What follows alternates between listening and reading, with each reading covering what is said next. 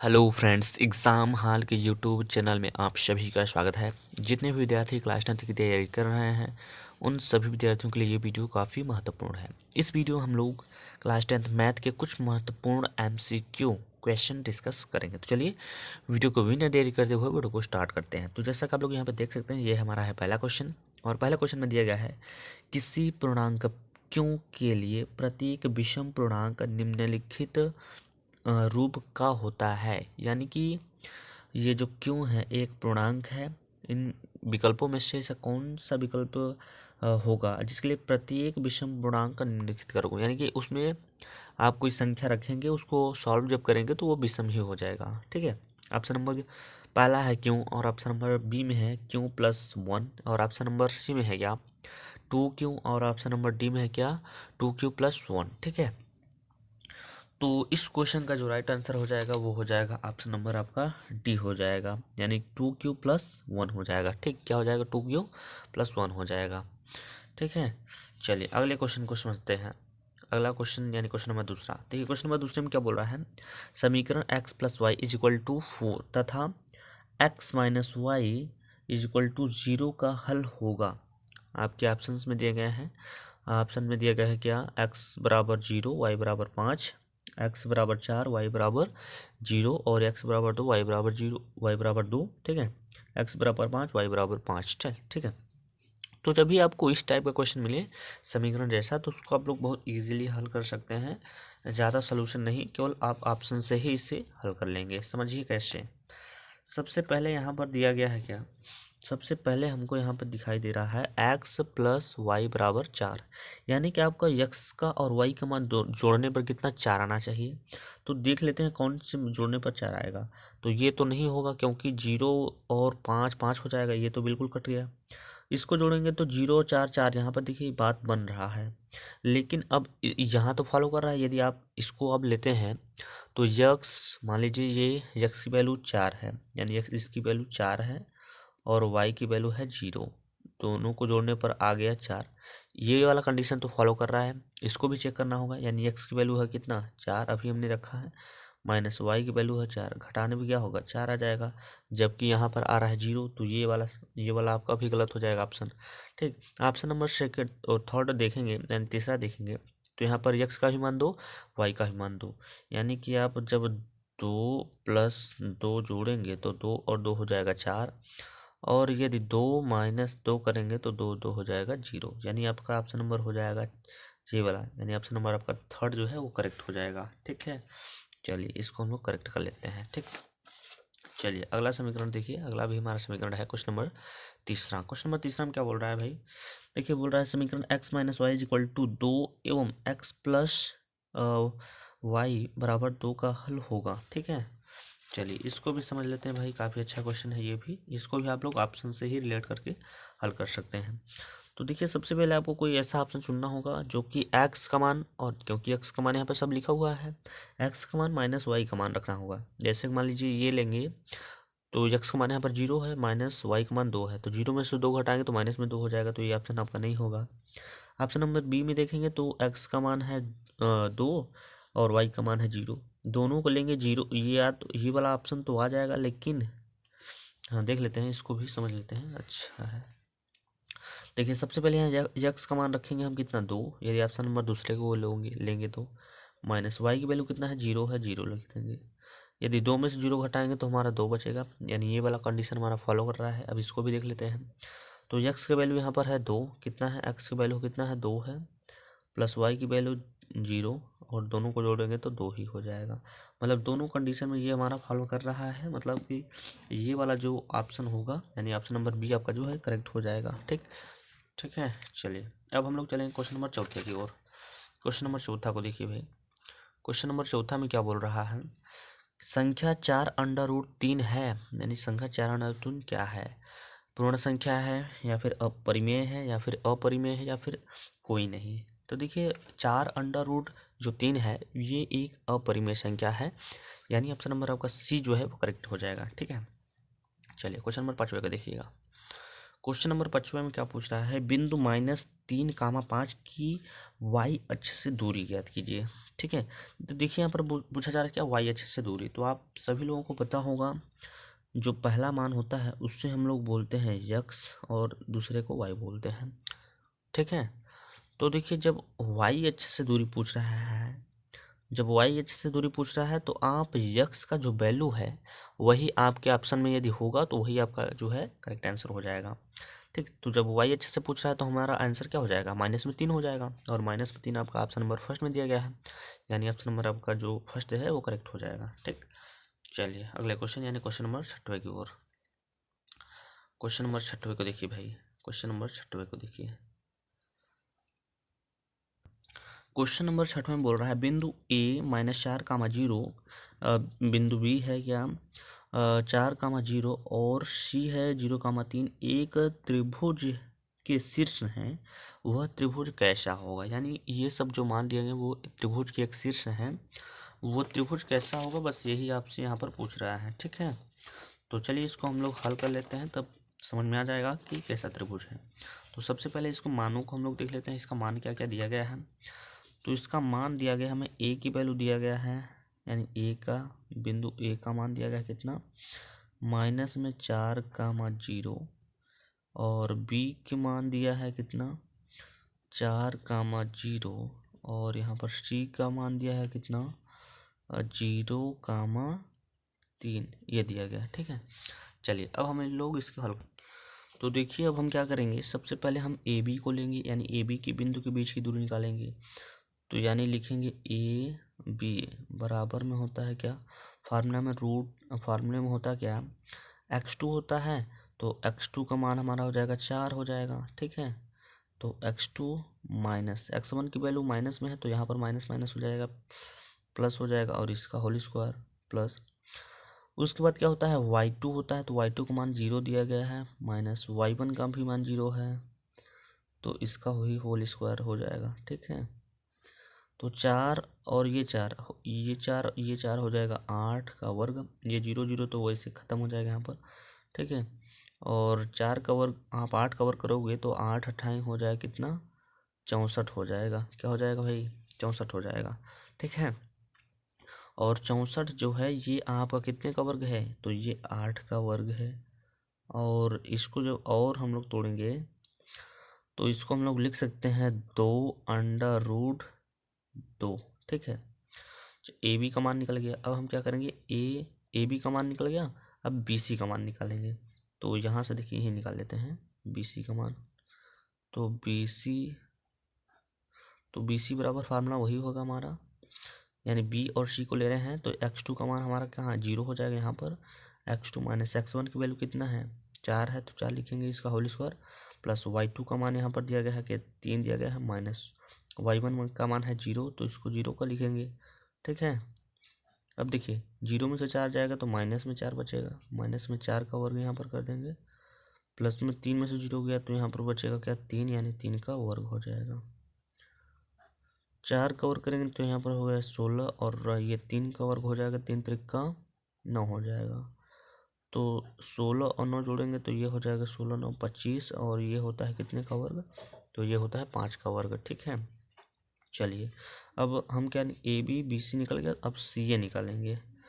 तो सी ए निकालेंगे यहाँ से। तो सी ए में क्या होगा, x2 की वैल्यू कितना होगा, x2 की वैल्यू हमारा हो जाएगा ये माइनस में 4, x2 माइनस में x1 की वैल्यू कितना हो जाएगा 0 हो जाएगा, इसका होल स्क्वायर प्लस y2 का मान है यहाँ पर 0, माइनस y1 का मान है कितना 3, तो इसका होल स्क्वायर लगाएंगे यहाँ पर। ठीक है, चलिए यहाँ पर -4 और -0 को जब जोड़ा जाएगा तो माइनस में यहाँ पर 4 ही हो जाएगा, और माइनस में 4 का वर्ग प्लस 0 में से 3 घटाएंगे तो यहाँ पर बचेगा माइनस में 3 का वर्ग। ठीक, अब 4 का वर्ग हो यहाँ पर 4 चौक 16, और ये 3 का वर्ग हो जाएगा 3 3 का 9 हो जाएगा। तो 16 और 9 जोड़ेंगे तो ये हो जाएगा कितना 25 हो जाएगा, 16 9 25 होता है। ठीक है, और ये होता है कितने का वर्ग, तो ये होता है 5 का वर्ग। तो आप लोग यहाँ पे देख सकते हैं जो BC की वैल्यू है वो CA की वैल्यू के क्या है, बराबर ही है। जैसे कि इसका 5 आया है, इसका भी 5 आया है, तो मतलब दो भुजा का मान बराबर जब होता है तो हमारा हो जाता है क्या, समद्विबाहु त्रिभुज हो जाता है। कौन सा त्रिभुज, समद्विबाहु त्रिभुज। तब आप क्या ऑप्शन में देख लेते हैं, समद्विबाहु वाला ऑप्शन जो है वो करेक्ट हो जाएगा। ठीक है, चलिए क्वेश्चन नंबर 7 की ओर चलते हैं। ठीक, ये हमारा है क्वेश्चन नंबर 9वां। यहाँ पर आप लोग देख सकते हैं, यहाँ पर 6वां के बाद 7वां क्वेश्चन आना चाहिए, लेकिन यहाँ पर 7वां और 8वां दो क्वेश्चन जो है मिस प्रिंटिंग है, मतलब कि उसको लिखा नहीं गया, ध्यान नहीं है ना। ठीक है, उस क्वेश्चन को मतलब लिखते समय जो है वो छूट गया था। तो फिलहाल चलिए उसको मैं अगले वीडियो में बता दूंगा उस क्वेश्चन को, बट जितना भी हल कर रहे हैं उतना समझिएगा आप लोग। ठीक, चलिए क्वेश्चन नंबर 9 को ही देखिए, आगे समझ लेंगे उसको। तो क्वेश्चन नंबर 9 में क्या दिया गया है, यदि द्विघात समीकरण 3x² - 6x + k = 0 के मूल समान हो तो k का मान ज्ञात कीजिए। ठीक है, तो देखिए सबसे पहले यहाँ पर क्या क्या आपको करना पड़ रहा होगा। तो सबसे पहले हमें जो दिया गया उसको टाल लेते हैं। तो दिया क्या गया भाई, दिया गया हमें 3x² माइनस में दिया गया है क्या, 6x + k = 0, यह दिया गया है। और हमसे पूछ रहा है किसका वैल्यू, k का मान, यानी k का मान क्वेश्चन मार्क। ठीक है, तो जब भी आपको ऐसे मान दिया रहा है तो यहाँ से ABC का मान निकालेगा। तो A का मान हमारा निकल जाएगा यहाँ से कितना, 3, और जो B का मान है वो कितना निकल के आएगा, -6। जो C का मान है वो कितना निकल के आएगा, तो K का निकल के आएगा। ठीक है, और यहाँ पर बोल रहा है कि मूल जब समान हो, जब मूल समान होता है, ठीक है, जब मूल समान होता है तब D की वैल्यू हमेशा रखते हैं 0। अब आप लोग समझ गए हैं, D = 0 हो गया तो फार्मूला कौन सा लगेगा। तो विभक्तिकर का फार्मूला एक होता है D = B² - 4AC, ये फार्मूला होता है। जहाँ पर D का मान हमें 0 दिया गया है तो 0 लिखेंगे, = B का मान दिया है कितना, B का मान -6 है, तो माइनस में यहाँ पर 6 का क्या करेंगे, वर्ग लगा देते हैं। -4 है तो 4 लिखेंगे, इंटू A की वैल्यू कितना है, 3 है, इंटू C की वैल्यू कितना है, C की वैल्यू है K। ठीक, तो यहाँ पर हो जाएगा 0, ये माइनस में 6 कवर करेंगे तो हो जाएगा ये 36 हो जाएगा, और माइनस में 4 दिया, यहाँ पर क्या हो जाएगा, 12 K हो जाएगा। ठीक, कुछ इस तरीके से हो जाएगा। अब हम क्या करेंगे, 12 K को पंचांतर कर देंगे तो 12 K जो है वो प्लस में हो जाएगा, 12 के बराबर में क्या हो जाएगा, 36। अब यहाँ से कट करेंगे, 12 का 12, 12 तिहाई 36 हो जाएगा। तो K की जो वैल्यू निकल के आया है वो आपको कितना निकल के आया है, 3। अब आप क्या ऑप्शन में चेक कर लेते हैं कि ऑप्शन में दिया गया है कि नहीं। ठीक है, तो आपका ऑप्शन नंबर फर्स्ट ही इसमें दिया गया है, तो आपका ऑप्शन नंबर फर्स्ट जो है करेक्ट हो जाएगा। ठीक, चलिए अब चलेंगे क्वेश्चन नंबर 10वें की ओर। क्वेश्चन नंबर 10वें को देखिएगा भाई, क्वेश्चन नंबर 10वां भी काफ़ी इजी है, समझिएगा क्या है इसमें। यहाँ पर बोल रहा है उस वृत्त की परिधि ज्ञात कीजिए जिसकी त्रिज्या 14 सेंटीमीटर है। तो देखिए वृत्त की परिधि ज्ञात करने के लिए आपको त्रिज्या दिया गया है, वृत्त की परिधि निकालने के लिए उसका एक फार्मूला होता है, क्या होता है, 2πr²। इस फार्मूले पर आप पुट करेंगे तो आपका आंसर जो है निकल के आ जाएगा। जहाँ की त्रिज्या का मान दिया है तो आप बैठाएंगे कैसे, यानी 2 को लिखेंगे सबसे पहले। ठीक है, समझिए, देखिए वृत्त की त्रिज्या जो हमें दिया गया है, यहाँ पर दिया है 14, कितना दिया है, 14, मतलब कि आर का वैल्यू हमें दिया गया है 14 सेंटीमीटर। और हमसे पूछ रहा है वृत्त की परिधि, तो परिधि बराबर एक फार्मूला होता है क्या, 2πr²। तो जिसमें से 2 को तो वही लिखेंगे, इंटू पाई का मान क्या होता है, 22/7, इंटू आर की वैल्यू हमें दिया है 14, तो यहाँ पर हम लिख सकते हैं 14 × 14, क्योंकि गुणा के रूप में है। ठीक, 7 से काटेंगे, 7 × 1 = 7, 7 दूना 14 हो जाएगा। ठीक है, इसको जब हम करेंगे क्या, 22 दूना 44 हो जाए, 44 दूना क्या हो जाएगा, 88 हो जाएगा। ठीक है, 22 दूना 44, 44 दूना 88, 88 का भी करना है मल्टीप्लाई में कितना, 14 बार में। ठीक है, तो हो जाएगा आपका गुणा करने। सॉरी फ्रेंड्स, थोड़ा सा यहाँ पर मिस्टेक हो गया, यहाँ पे जो फार्मूला में थोड़ा सा है मिस्टेक। तो ये फार्मूला आपका जो होगा 2πr नहीं होगा, यहाँ पर 2πr² नहीं होता है, यहाँ पर 2πr, ये है आपका फार्मूला, केवल इतना होता है। ठीक है, 2πr² नहीं होता, इसको थोड़ा ध्यान में मत रखिएगा। तो यहाँ पर देखिए होता क्या है, 2 × पाई का मान वही होगा 22/7, ठीक है। पाई का मान आपका 22/7 इंटू आर की वैल्यू हमें दिया गया है कितना 14 दिया गया, आप लोग यहाँ पे देख सकते हैं। रेडियस की वैल्यू दिया गया है, तो 7 से काटेंगे 7 × 7, 7 दूना हो जाएगा 14, 22 दूना कितना होता है 44 होता है, 22 दूना 44 और इंटू में 2, तो 44 दूना कितना हो जाएगा 88 हो जाएगा। अब आपके ऑप्शन में चेक लेते हैं कि ऑप्शन में दिया गया कि नहीं। तो आपके ऑप्शन नंबर 3 में दिया गया, आप लोग यहाँ पर देख सकते हैं 28 से 88 सेंटीमीटर, यानी ऑप्शन नंबर आपका जो सी वाला है वो करेक्ट हो जाएगा, ठीक है। चलिए क्वेश्चन नंबर 11 की ओर चलते हैं। क्वेश्चन नंबर 11 में पूछ रहा है क्या, क्वेश्चन नंबर 11 में दिया गया है sin 81, ठीक है। क्या बोला है sin 81 दिया गया है और बट्टे में क्या दिया गया है cos 9 डिग्री, ये cos है भाई, ठीक है। cos sin 81 डिग्री अपन cos 9 डिग्री का मान है। तो देखिए जब भी इस टाइप के क्वेश्चन आपको देगा तो एक वैल्यू आपको बदलना होगा, चाहे ऊपर का चाहे नीचे। तो मान लीजिए हम ऊपर का जैसे बदलेंगे तो यहाँ पर हो जाएगा क्या sin 90। अब 90 में से हम कितना अंश घटा दें कि हमारा जो है 81 बच जाए।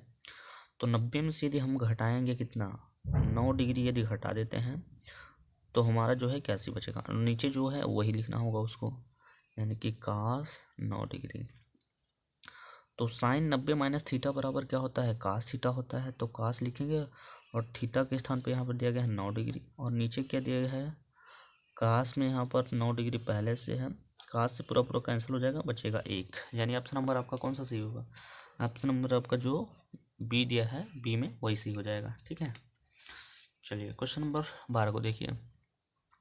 क्वेश्चन नंबर 12 में दिया गया है tan थीटा बराबर sin थीटा, तो थीटा का मान क्या होगा, यानी कि tan मतलब कि थीटा की वैल्यू से क्या रखा जाएगा दोनों साइड को इक्वल करेगा, ठीक है। तो देखिए चलिए पहले इसको देख लेते हैं, इसको मतलब 45 को लेते हैं। तो यदि यहाँ पर tan के साथ 45 लेंगे, मान लीजिए tan के साथ यहाँ पर 45 अंश लिया जाएगा, तो tan 45 डिग्री का मान होता कितना है भाई, तो tan 45 डिग्री का मान 1 होता है। यदि साइन के स्थान पे हम 45 डिग्री लेंगे तब तो नहीं आएगा, बिल्कुल गलत हो जाएगा।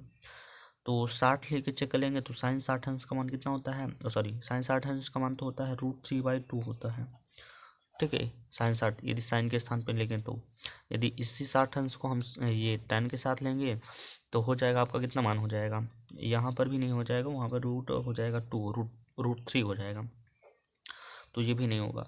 मतलब आपको लेना होगा थीटा की वैल्यू 0 डिग्री लेना होगा। यदि आप थीटा की वैल्यू 0 डिग्री रखते हैं तो इधर भी 0 हो जाएगा और इधर भी 0 हो जाएगा, तभी आपका इक्वल हो जाएगा, यानी ऑप्शन और आपका जो डी दिएगा वही करेक्ट हो जाएगा, ठीक है।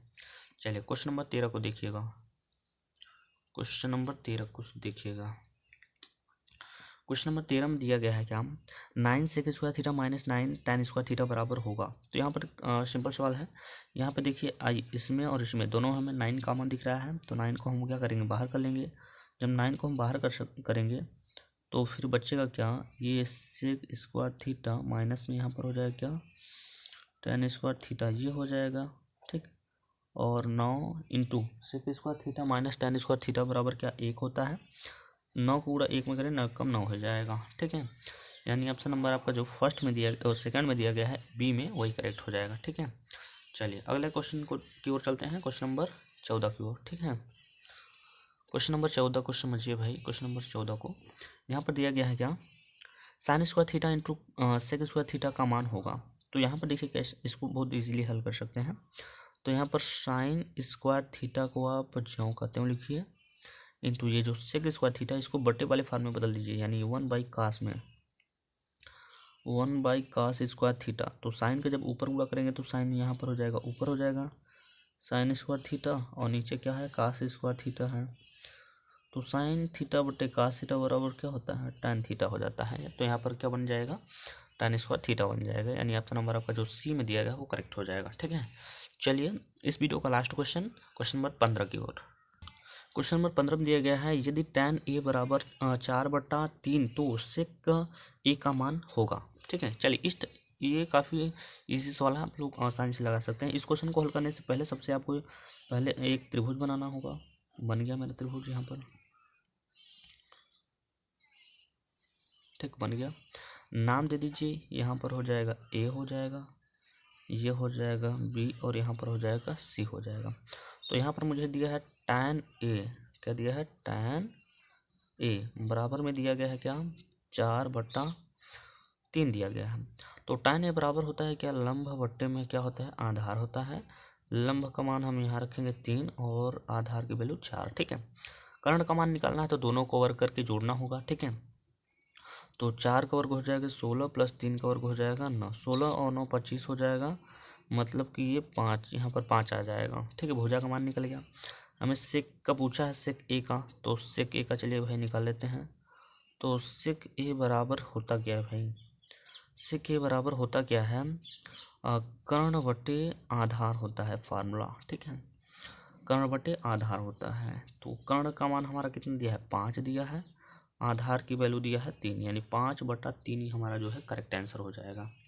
क्या हो जाएगा, 5/3। तो आप देख सकते हैं आपके ऑप्शन नंबर जो 4th दिया गया है उसमें 5/3 हमको दिखाई दे रहा है, यानी ऑप्शन नंबर आपका 4th जो है वो करेक्ट हो जाएगा। ठीक है, तो इस वीडियो में बस इतना ही, मिलता है नेक्स्ट वीडियो में, तब तक के लिए जय हिंद जय भारत।